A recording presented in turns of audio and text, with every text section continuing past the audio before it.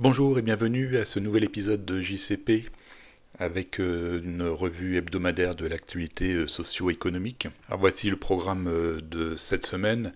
Je vous laisse faire pause si vous voulez lire le détail et comme d'habitude les sources seront en description sous cette vidéo. Avant toute chose, je précise que je ne suis qu'un citoyen ordinaire. Comme tout le monde, je peux me tromper. Aussi, je ne suis pas responsable de vos décisions ou de vos actes. Donc cette semaine, la loi sur l'abaissement des seuils de TVA pour les micro-entreprises et les auto-entrepreneurs a été rediscutée à l'Assemblée nationale. Et donc l'abrogation de cette loi a été approuvée à l'unanimité à l'Assemblée le 2 juin. Il y avait des amendements proposés pour mettre des exceptions sur le BTP et les plateformes numériques, mais ça a été rejeté pour que le texte sortant soit exactement celui qui était dans la loi en 2024. Donc maintenant, ça va passer au Sénat, donc commission des finances puis séance publique. Le calendrier pour l'instant n'est pas défini. Ensuite, la taxe Zuckman, donc de 2% sur le patrimoine, incluant le patrimoine professionnel, qui a été votée en février à l'Assemblée, donc va passer le 12 juin au Sénat. Et il est déjà passé en commission des finances du Sénat le 4 juin, donc cette semaine, mais il n'y a pas eu, alors c'était pas retransmis, mais ce que l'on sait c'est qu'il n'y a pas eu d'accord, et donc le texte a été envoyé directement en séance publique sans changement. Donc maintenant, on va voir le 12 juin. Cette semaine, l'Observatoire des inégalités a publié son rapport 2025, où donc, un rapport sur les inégalités environnementales, sur les revenus, l'éducation, le travail, le mode de vie, les territoires. Vous pouvez le commander sur le site. Alors ils expliquent sur leur site, en une petite synthèse, donc avant impôts et redistribution, la France est l'un des pays les plus inégalitaires parmi les pays riches, juste après les États-Unis et le Royaume-Uni. Ce n'est que grâce à de puissants mécanismes de solidarité qu'après redistribution, il termine tout juste en milieu de peloton. Donc en fait c'est un peu l'avantage, quelque part ça donne du crédit au modèle social actuel où moins de la moitié des gens ont l'impôt sur le revenu, qu'il y a énormément de cotisations, de taxes pour justement redistribuer et au bénéfice de ceux qui ont moins de revenus. Leur propos, il peut être interprété de deux manières. Soit dire effectivement la France est très inégalitaire, soit au contraire le modèle social français, même qu'on peut critiquer, fonctionne bien puisque ça permet justement à revenir dans le peloton et redevenir un pays normal. Donc je ne sais pas comment il faut interpréter ce qu'ils disent. Sur la droite, vous avez un diagramme de ce rapport qui donne l'échelle des revenus donc, pour les Français, donc des chiffres pour une personne seule après impôts et prestations sociales. Donc, et ce qui montre, c'est que le niveau médian, donc avec 50% de la population, le niveau médian est à 2028 euros par mois. Donc 50% de la population a moins que ça et 50% de la population a plus que ça. Et ils définissent arbitrairement le seuil de richesse au double de ce niveau médian, donc 4056 euros.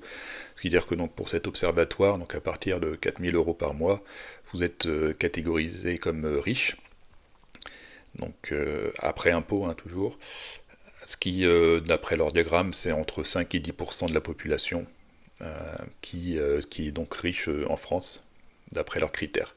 Donc je vous laisse vous comparer sur cette échelle et voir si vous êtes dans la classe populaire, moyenne, riche, toujours selon cet observatoire. L'OCDE a revu ses prévisions de croissance pour la France en 2025, donc ils sont passés à 0,6% de croissance au lieu de 0,8%. Le budget 2025 était basé sur 0,9, mais déjà le FMI est passé à 0,6, la Commission européenne est aussi passée à 0,6, le gouvernement, la Banque de France ont baissé leurs prévisions à 0,7, donc le budget a été basé sur des prévisions trop optimistes et tout ça, ça ne fait que aggraver le bilan fin 2025 sur les recettes pour le budget de la France. Alors un peu, voilà, une idée comme ça encore, une nouvelle taxe potentielle, rien n'est fait bien sûr, mais sur les billets de train pour financer le rail, l'entretien du réseau ferroviaire. Alors une taxe modique et provisoire, dans l'article il parle de éventuellement donc 1 euro sur les billets. Moi je pensais que quand on achetait un billet de train, ça finançait justement le réseau, mais visiblement il faut encore plus le financer, donc là il parle de le moderniser. Voilà, donc un billet de train qui sera encore plus cher. Si vous prenez le train régulièrement, vous voyez déjà les prix qui peuvent être rédhibitoires. Donc ça ne va faire que argumenter en faveur de la voiture. Alors une petite nouvelle comme ça donc sur les yachts. Si vous vous rappelez, en 2017-2018, une grande discussion, une mise en place d'une taxe sur les yachts, qui a été mise en place. À l'époque, c'était annoncé que ça allait rapporter 10 millions d'euros annuels pour les yachts donc, qui ont une taille supérieure à 30 mètres, et puis il y a d'autres critères. Dès 2019, on a su qu'il y avait comme revenu donc 280 000 euros seulement sur les 10 millions. Et là, en 2024, 60 000 euros. Donc, ça amène plusieurs commentaires. C'est déjà, je pense que les 5 navires qui restent sujets à cette taxe, donc toujours immatriculés en France, c'est qu'ils le veulent bien. Bon, 12 000 euros par an pour ceux qui ont des yachts de 30 mètres, je pense que c'est rien. Et ça leur permet de s'acheter une bonne conscience à pas cher pour dire je ne fuis pas le fisc français, je paye mes taxes en France. Par contre, ça veut dire quand même qu'on voit l'évolution de 2019 à 2024. Ça veut dire quand même qu'il y a un certain nombre de yachts qui sont partis de France. Et donc c'est une démonstration supplémentaire que trop d'impôts tue l'impôt, la fameuse courbe de l'affaire. À ce stade, 60 000 euros par an, est-ce que ça couvre les coûts de recouvrement ? C'est une bonne question, est-ce que cette taxe est vraiment nécessaire ? Et donc les nouveaux pays qui hébergent à présent les yachts en sont les bénéficiaires finalement.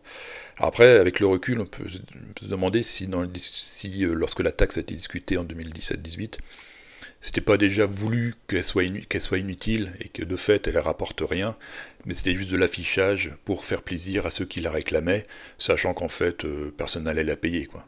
C'est un peu la question que je me pose, parce que en une année, passer de 10 millions à moins de 300 000 euros, c'est que clairement, c'est pas une surprise, quoi. Et donc, une première étape vers cette union de l'épargne et de l'investissement, que l'on évoque régulièrement sur JCP.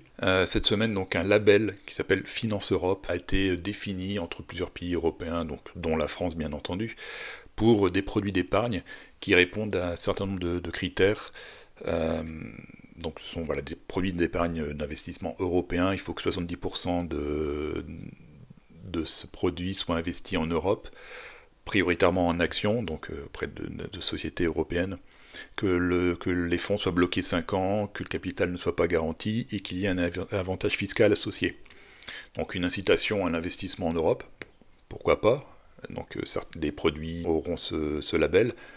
Pour le cas de la France, je vois pas trop la différence avec le PEA. Alors est-ce que ça va être un nouveau PEA européen qui permettra d'investir que dans ces produits-là, ou que dans les PEA existants, on ne pourra investir que dans des produits qui ont le label, sachant qu'aujourd'hui dans un PEA vous pouvez investir par exemple dans des ETF sur indices américains par exemple, même si c'est par le biais de swap, donc ce qui permet d'être éligible au PEA. Peut-être que demain, ce genre d'ETF ne seront plus autorisés sur PEA. Alors la bonne nouvelle, en tout cas pour les finances publiques, c'est sur le premier trimestre 2025, par rapport au premier trimestre 2024, donc les recettes fiscales ont augmenté de 7%, donc environ 8 milliards d'euros. Donc en fait ce sont les recettes fiscales, donc des taxes.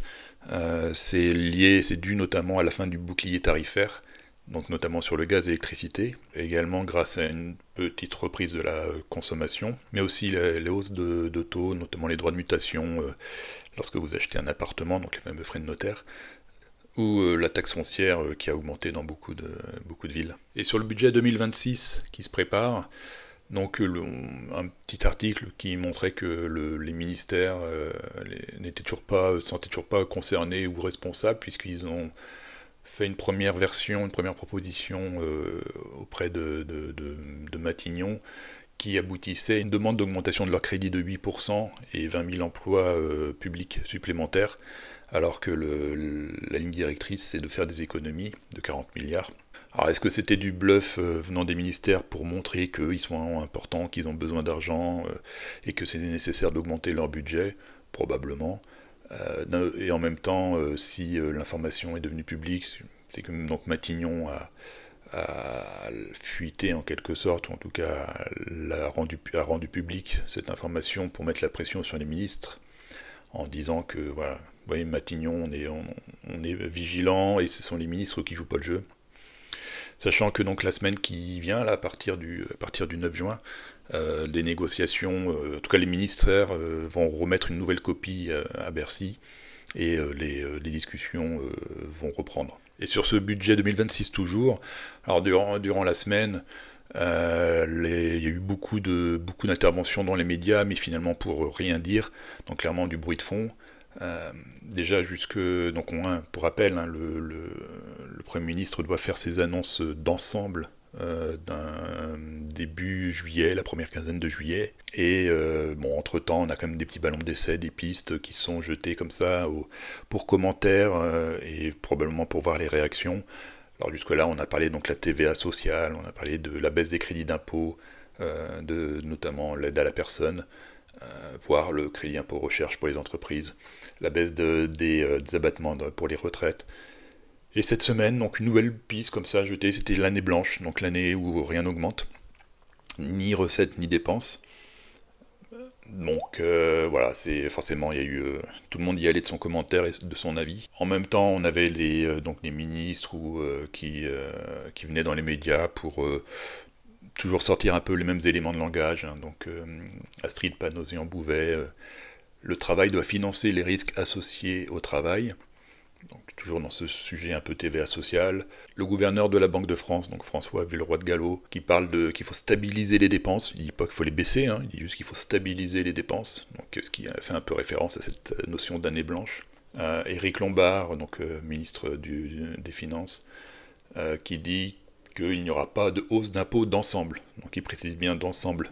Ça n'exclut pas qu'il y aurait peut-être quelques petites hausses qui vont quand même sortir comme ça à droite à gauche. Mais en plus, il renvoie au Parlement en disant que de toute façon c'est le Parlement qui décide, donc voilà. Beaucoup de bruit. Moi, ce que ça m'inspire, c'est qu'il y a, depuis avril, où le Premier ministre a fait sa conférence sur il faut dire la vérité aux Français, tout ça, pour faire une espèce d'électrochoc, comme si on n'était pas au courant que la situation était grave en France. Donc il crée beaucoup d'attentes, beaucoup de buzz en fait, beaucoup de teasing pour début juillet, et à mon sens, c'est un peu le budget de la dernière chance. C'est-à-dire que s'il nous sort un budget qui n'est pas convaincant, enfin une proposition de budget en tout cas qui n'est pas convaincant, les agences de notation à l'automne ne manqueront pas de baisser la note de la France, donc avec l'impact sur la dette, enfin les taux d'emprunt de la France, et donc l'impact sur les remboursements et la crise de la dette associée. Je vous renvoie à l'épisode de la semaine dernière, où les agences pour l'instant sont un peu en stand-by et observent, mais clairement ils ont le doigt sur la gâchette et sont prêts à dégainer. Si nécessaire. Il faut espérer qu'ils nous sortent un budget qui soit vraiment à la fois majeur, qui avec des vraies réformes structurelles, que ce soit pas du bricolage, ou que ce soit pas creux en disant on va faire ça, mais rester générique, sans action concrète. Et il faut aussi que cette proposition soit consensuelle pour éviter que les partis politiques, notamment à l'Assemblée, comme l'Assemblée est complètement morcelée et n'a pas de majorité, chaque parti va se jeter dessus, il va y aller de sa propre proposition, comme c'est ce qui est passé pour le budget 2025, et ça va être une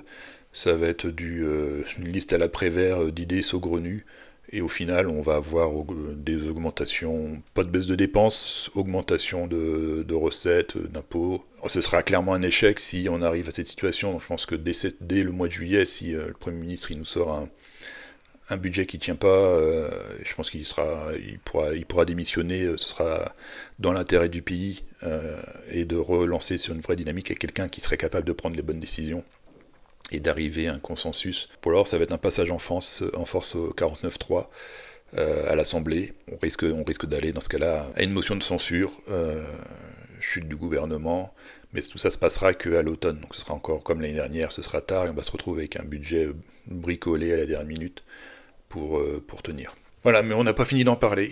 Je pense que toutes les semaines, on va suivre ça. De toute façon, jusqu'à début juillet au moins, on va voir comment ça va se passer.